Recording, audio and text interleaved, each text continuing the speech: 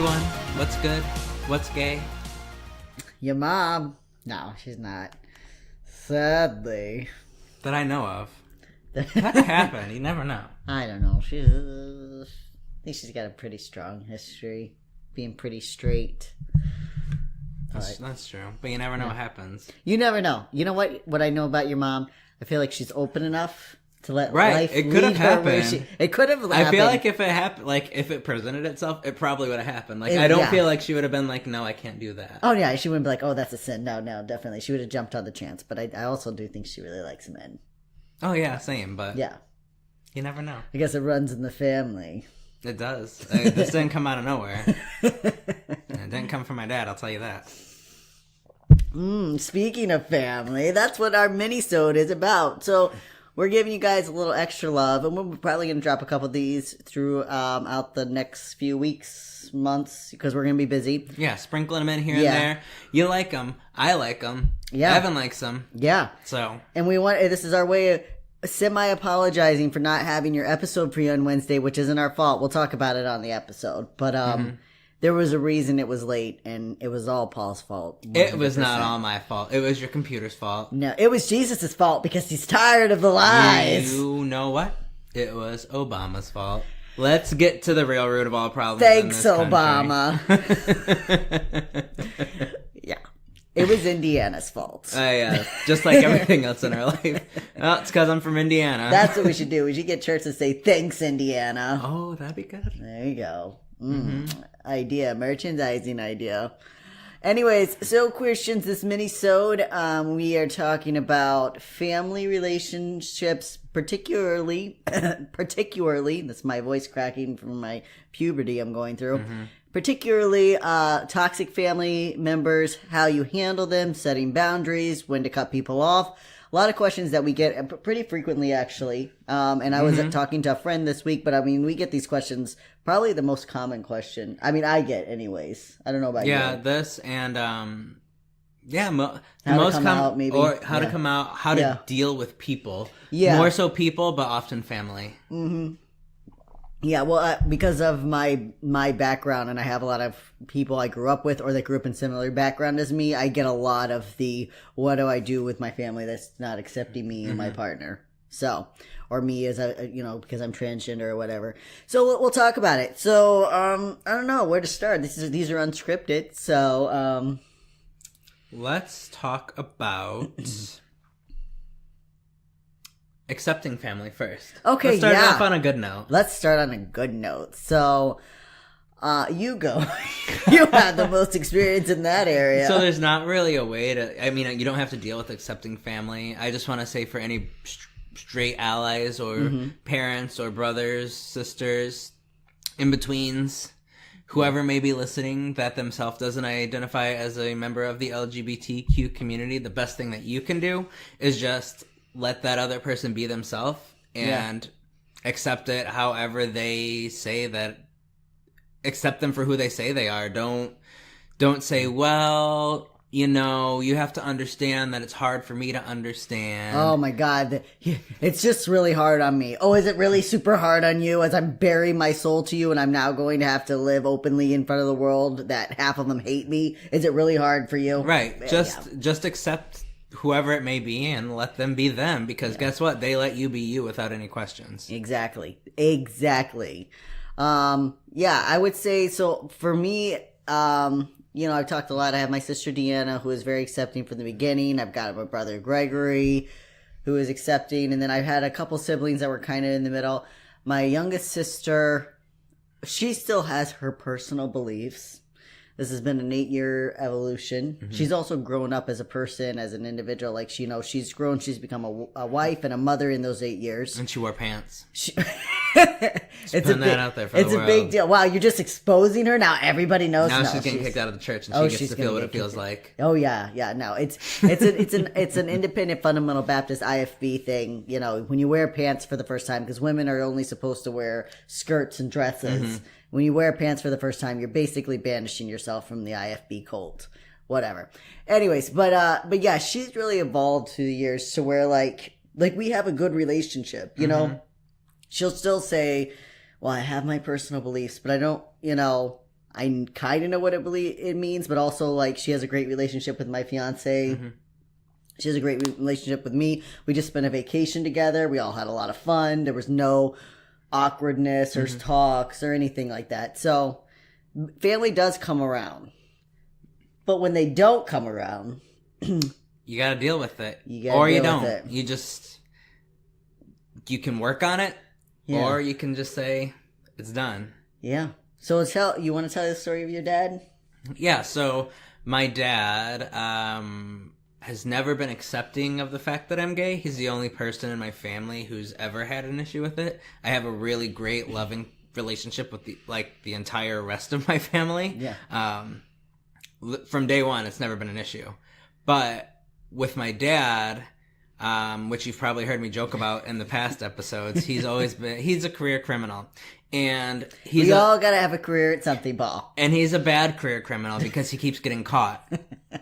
But he's basically grown up in jail from the time he was probably 16. I mean, maybe he'd be out a year or two here and there, but he was always in there. I'd say he spent more time in jail than he's ever lived outside of jail. And I didn't come out until I was 18, and at that point, I was already away from him. He had never been a part of my life, so I didn't even come out to him. He found out through a prison letter that maybe my grandma or someone wrote him. At some point, I don't even really know how he found out. But his first reaction was, I'm gay because my mom bought me an Easy Bake Oven when I was a kid. Which is true. That's probably true. It's all your fault, Kim.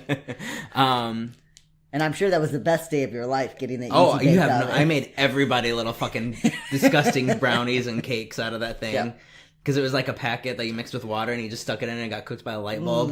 Well, I can't believe that half of America didn't die from Easy Bake Ovens. Yeah, same. Either them exploding or the shit the kids made in them, all of that. But, so fast forward. He tries to reconnect with me when I'm out here living on the East Coast. I had been dating David for a year at the time. It was still in Southbridge, so really, must have been a year, maybe a year and a half, 2 years, somewhere around that time. But I remember he saw pictures, and then he had heard that David did drag, so he referred to David as that thing. I don't ever want to, I would love to connect with you, but I don't ever want to meet that thing. Oh, I didn't know he said that. Oh, he didn't? No. Yeah, wow. So I was like, all right. He's never been impressed with me. He's always been an asshole, but he always gets a little worse. Yeah. So I was like, all right, done. I'm like, okay, fine, don't want to talk to you. Yeah, and he has never heard anything from me since. That's it. He's done. That's it. Didn't he say he also had a problem with you flaunting things? Was that later? On Facebook. That was a year after that, because you and David had been together for 3 years. So then he connected with me. He added me on Facebook, and I was like, all right. Because he gets out of prison. Yeah, he gets out of prison. Yeah. He goes on Facebook. He makes an account. One of his first 3 pictures of his ankle bracelet. But Classy. He adds me on Facebook, and I was like, all right, you know what? One more chance. I forgot about I had blacked this out of my memory. So he adds me. I didn't block it out. I did. And then, I just was posting my everyday stuff that I've always posted on my Facebook. Yeah, just your life. My life, me and my boyfriend, the events we're going to.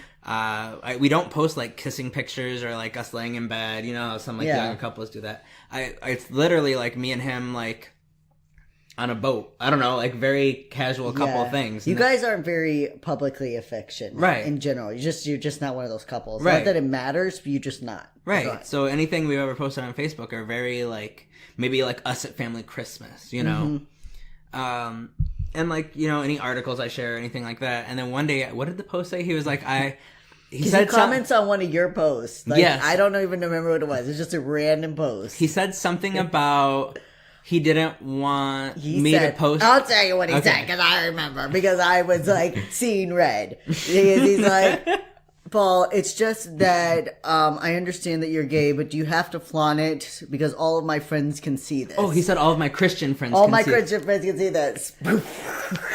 And I was just like, okay, bye. I was done. But my friends invaded his Facebook. Blew it up. And the best will always be your mom. And Kim came to the rescue and was just like, listen up, Bubba, which is exactly what she called him. And she went off on him. It was the best Facebook thread I've ever read.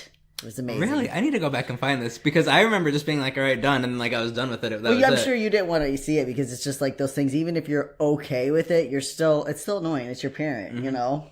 I never considered him my But parent, yeah, though. there was like 100 comments and it was all your friends being like, oh, okay.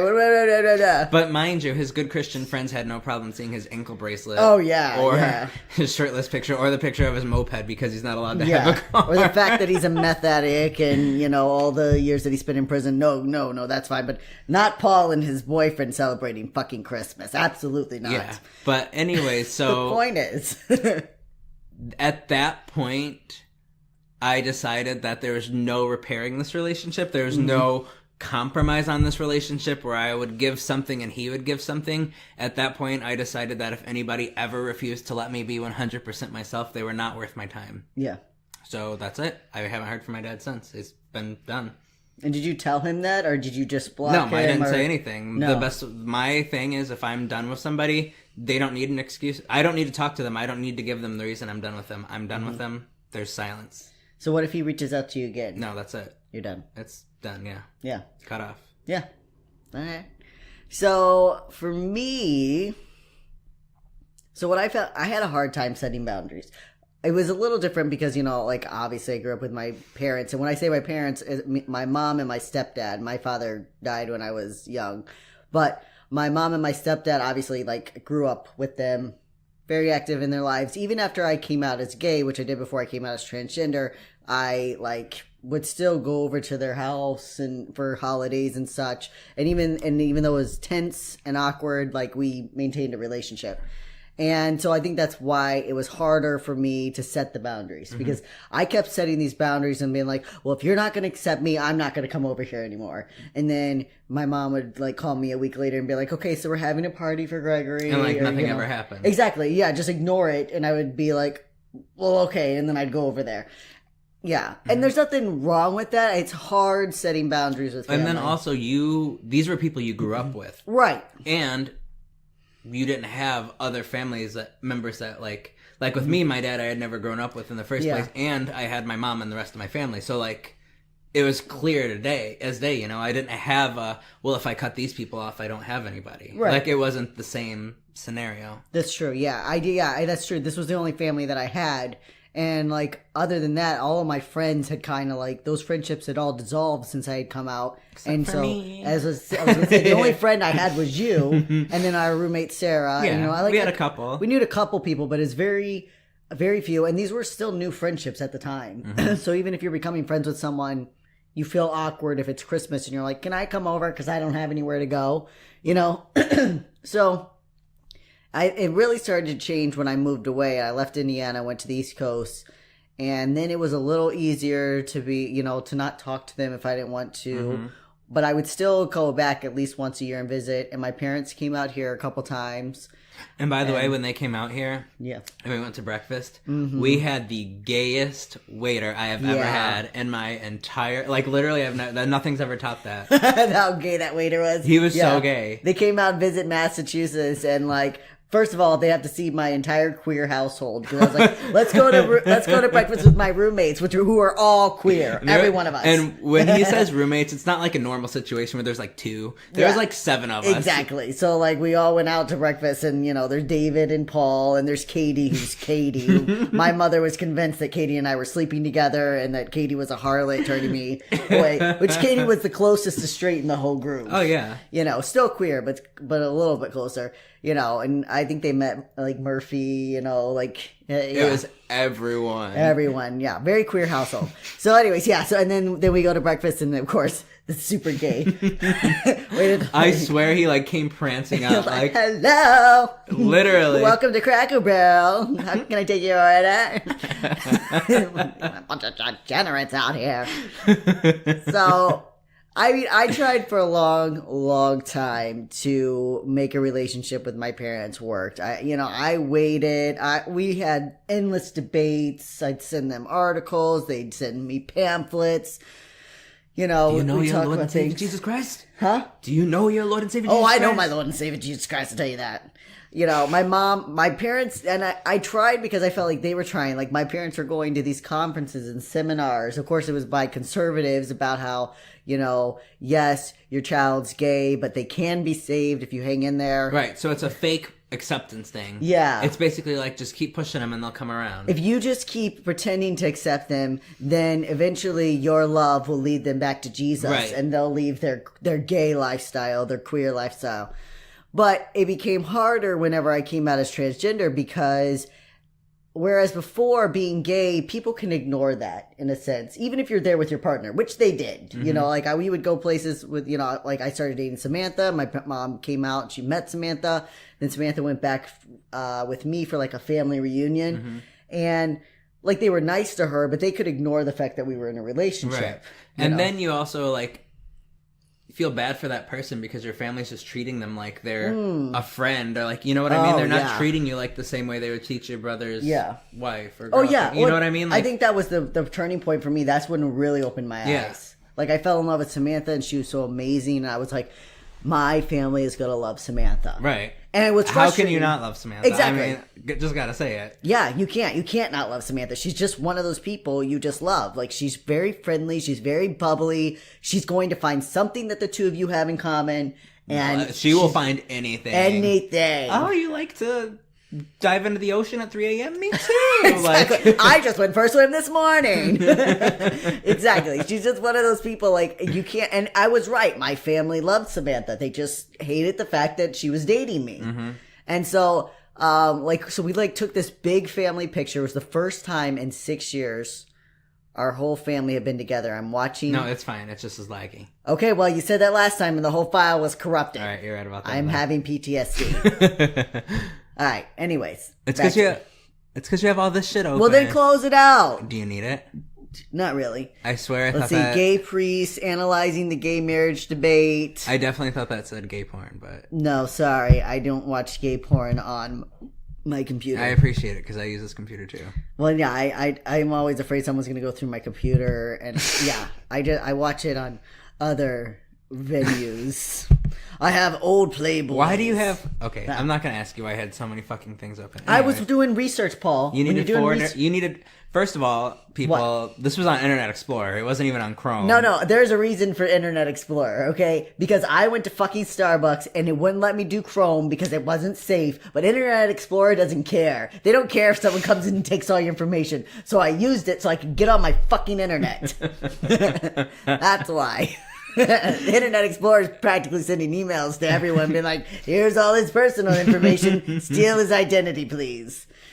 Anyways, this is a long thing. So back to my family. So my family's taking this big family photo. First time in 6 years we've all been together. And we take a couple shots. And then they're like, okay, now for the real family photo. And they make Samantha like squat down behind everybody so they can take a photo without her. Like, But did they have other people? no, everybody else is there with their partner. My fiance was the only person who had to like squat down because she didn't have anywhere else to go. So she's literally hunkering down so we can take a photo without her. I would have left. I surprised to this day that I didn't leave. I was just like, I mean, I kind of knew it was happening because my mom had told me, well, okay, because I had to fight to get Samantha in any of the photos to begin with. Are any of those photos anywhere, or were they just like, they were taken but never used? Oh, the ones with me and Samantha? Oh, yeah, they weren't used. Well, no. We'll get to that part. We'll get to that because here's what happened. So, yeah, so they took the picture without us. And, of course, they have a picture in their family, in their house, of our family photo without Samantha. I have a family photo with Samantha. Not that I want to put it anywhere now, but whatever. But my mom had warned me, like, okay, well, you know, she can be in the photos, but we're going to have to do a few without her, you know. So, anyways... So, you know, as time went on, so I came out as transgender, and then, like, now when you're trans, your family, whereas they can ignore your relationship, every time they talk to you, every time they say your name, your pronoun, like, they can deliberately throw it in your face that they don't accept you. Right. You know? Plus, we're getting married, like, now we're, like, 6 weeks away from our wedding, you know? We're about to have a kid, we're buying a house, like, this is real fucking real. And I'm like, how long do I keep playing this fucking game with them? Right. It's exhausting.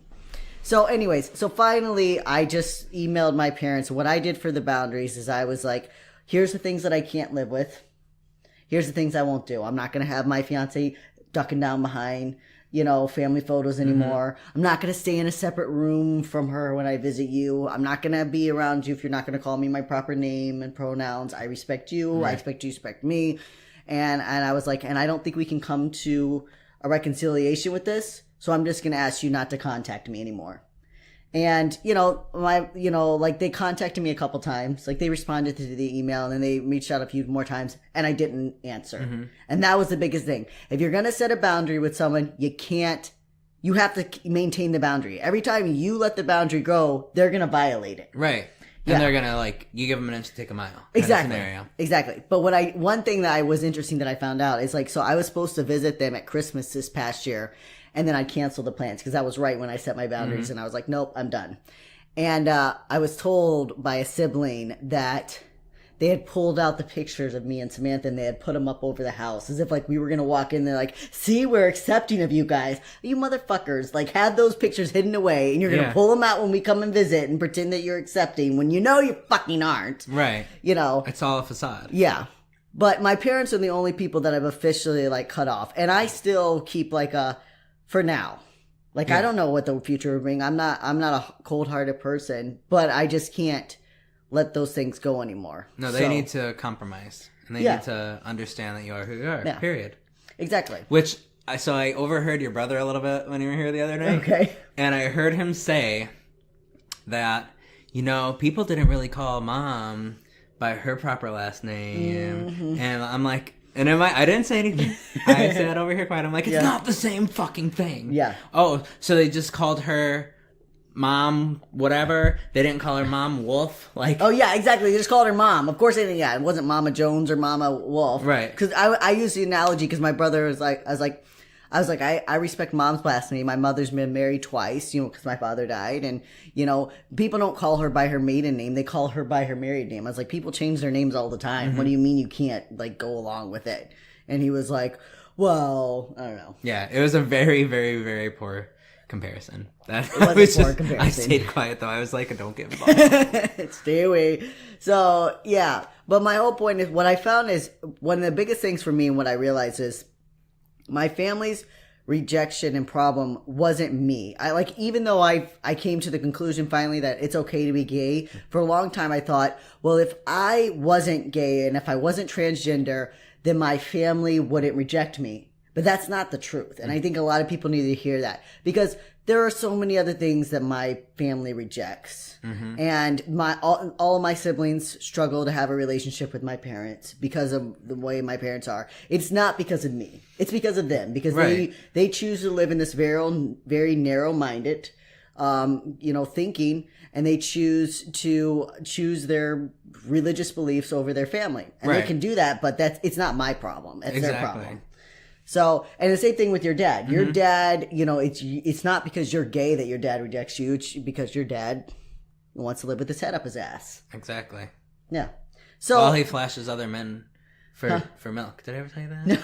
Oh yeah, one time I went to visit him in prison. I was 16 before I'd come out or anything, and he told me, he was like, yeah, if you flash your junk at another, if there's certain, the gay inmates, show them your junk and they'll give you their milk. Huh. So if you want an extra milk, if you're low on calcium and you're in prison, just show someone your dick or whatever, and they'll give you. And they give you your milk. Apparently. Just show them that's all you have to show. I feel he had to do more than show. I'm pretty sure he did, but but according to him, he's like, yeah, I just have to flash it out real quick. Motherfucker, you were given hand jobs for that milk, Bubba. So, anyways, so all this takeaway is, it's okay to cut off family. It's okay to let people evolve. I have 3 different instances. I have family that was accepting from the beginning. I have family that's evolved on the issue, and I've been patient, and that was me. And I have family that I don't think will ever evolve, and we probably won't have a relationship. And, that is what it is. Yeah. So don't feel bad for cutting someone off. Yeah, you got to do what you got to do. But I would say at least try. Give them a little bit of time. And don't be aggressive about it. Yeah. Don't belittle them. Don't tell them they're stupid, even if they are. Because if you are the bigger person and you allow them to kind of see things maybe they'll come around. Yeah. But if you're constantly, you're wrong, blah, blah, blah, they're not going to want to learn. They're not going to want to evolve because they're just going to see you as crazy or something. Exactly. Yeah. And we just have this idea that people are just should naturally be educated on queer issues, and they're just not.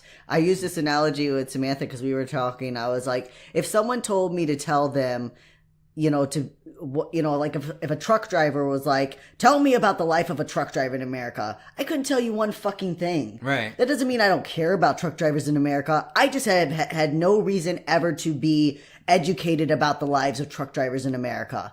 And, and if it came to light that they were being discriminated against, that their lives were hard, if I had a family member that became a truck driver and I was like, oh God, wow, I need to be aware of what they're facing every day on the road, I would educate myself.